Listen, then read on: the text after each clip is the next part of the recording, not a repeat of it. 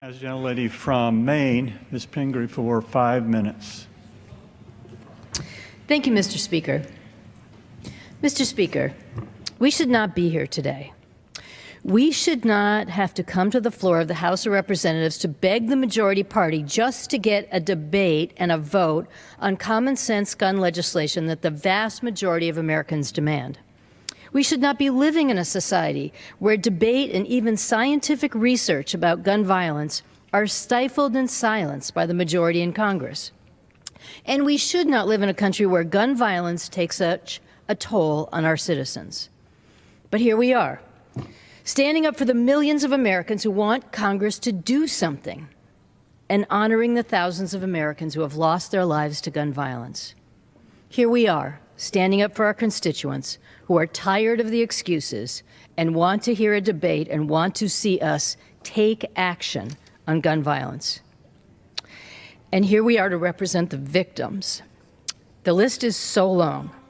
Orlando, San Bernardino, Newtown, Fort Hood, Charleston, the list goes on. 9 in a church, 23 in a restaurant, 26 in an elementary school, and now 49 in a nightclub. The victims are men and women, black and white, rich and poor, old and young.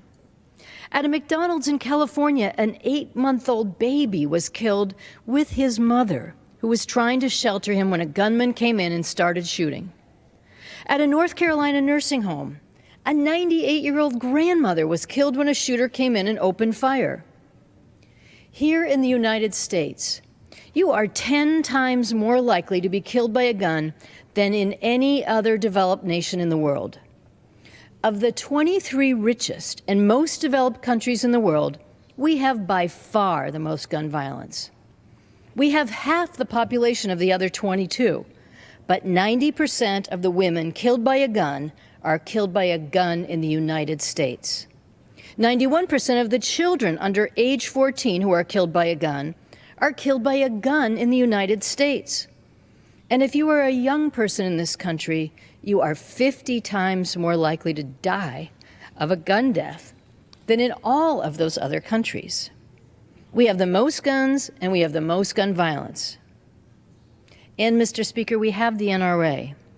Through fear, intimidation, and misinformation, the NRA has taken control over the debate on guns to such an extent that we cannot even vote in this chamber on whether we should keep guns out of the hands of terrorists. Right now, somebody can be on both the terrorist watch list and the no-fly list. In other words, the FBI thinks you're a terrorist and the TSA bans you from flying.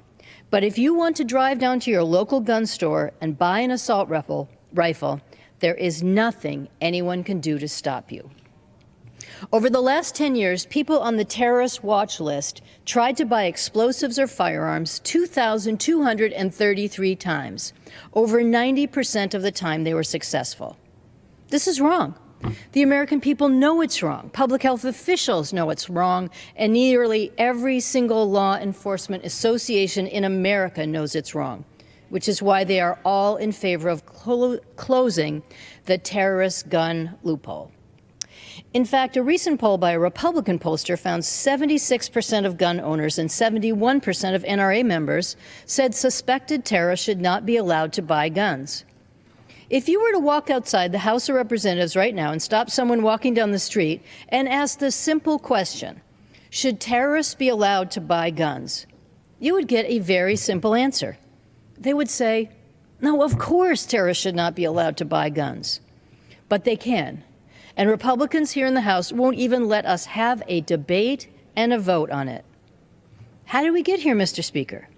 How has the debate shifted so far away from common sense gun regulation that a proposal to close the terrorist gun loophole is this controversial? Why is it that here in the House debate is silenced and we are not allowed to vote? The closest we came to a debate on gun legislation recently came last week when a controversy erupted about the standard procedure to observe a moment of silence on the House floor after a mass shooting. Mr. Speaker, it's shameful that we have allowed this country to get to a point where Congress has to even have a standard procedure to observe mass shootings. Yet we aren't even allowed to have a debate about legislation to address this problem. It is time for us to stand up to the NRA, to have a fair and open debate about gun violence, and it is time for all of us to do our job representing the American people. I yield back. Chair recognizes the gentleman.